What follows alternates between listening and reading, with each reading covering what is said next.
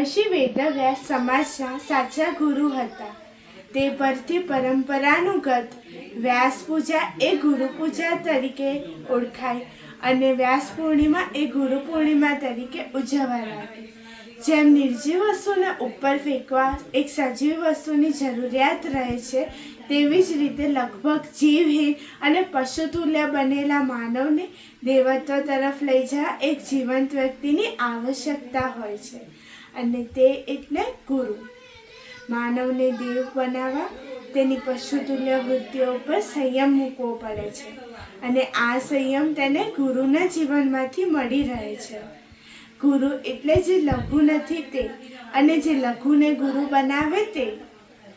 જીવનને મનના વશમાં જવા દે તે લઘુ છે, અને મનનો સ્વામી છે તે ગુરુ છે. ગુરુ વજનદાર હોય છે. જીવનના પ્રવાહોમાં જે ટકી શકે છે તે જ ગુરુ છે. તેથી જ તો અવ્યવસ્થિત મનના માણસો માટે તે માર્ગદર્શક બની રહે છે. ગુરુઓના અનેક પ્રકાર હોય છે. ચંદન ગુરુ, ચંદ્ર ગુરુ, સ્પર્શ ગુરુ, વિચાર ગુરુ, દર્પણ ગુરુ, અનુગ્રહ ગુરુ, કુર્મ ગુરુ, ક્રૌંચ ગુરુ વગેરે. પ્રત્યેક ગુરુઓની પોતાની આગવી વિશેષતા છે. પ્રાચીન કાળમાં ગુરુકુળ વ્યવસ્થામાં જ્યારે બાળક જતો ત્યારે તેની જોડે ભણતરની 3 સામગ્રી હતી: વિનય, શ્રદ્ધા અને જિજ્ઞાસા. અને જ્યારે તે પાછો ફરતો ત્યારે તે પોતાનું ધ્યેય લઈને આવતો. અજ્ઞાનના અંધકારમાં જ્ઞાનરૂપી દીપક પ્રગટાવનાર ગુરુ અને જીવન વિકાસની તમન્ના રાખનાર શિષ્યનો સંબંધ અલૌકિક હતો. ગુરુ પાસે બેસી તદ્વિધિ પ્રણિપાતેન પરિપ્રશ્નેન સેવયા એમ ગીતા અનુસાર શિષ્યએ નમ્રતા, જિજ્ઞાસા અને સેવાથી ગુરુ પાસે રહેલું જ્ઞાનામૃત પીવે છે. હિન્દીમાં ગુરુ શિષ્યની સુંદર ભૂમિકા દર્શાવતો એક દોહો છે, જેમાં ગુરુ કુંભાર છે અને શિષ્ય કુંભ છે.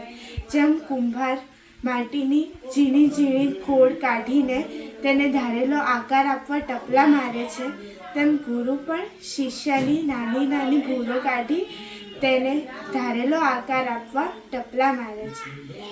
કુંભારનો બીજો હાથ ક્યાં હોય છે? તેનો કુંભારનો બીજો હાથ કુંભની અંદર પંપાળતો હોય છે. તેવી જ રીતે ગુરુ શિષ્ય ઉપર અંતરથી પ્રેમ જ કરતા હોય છે.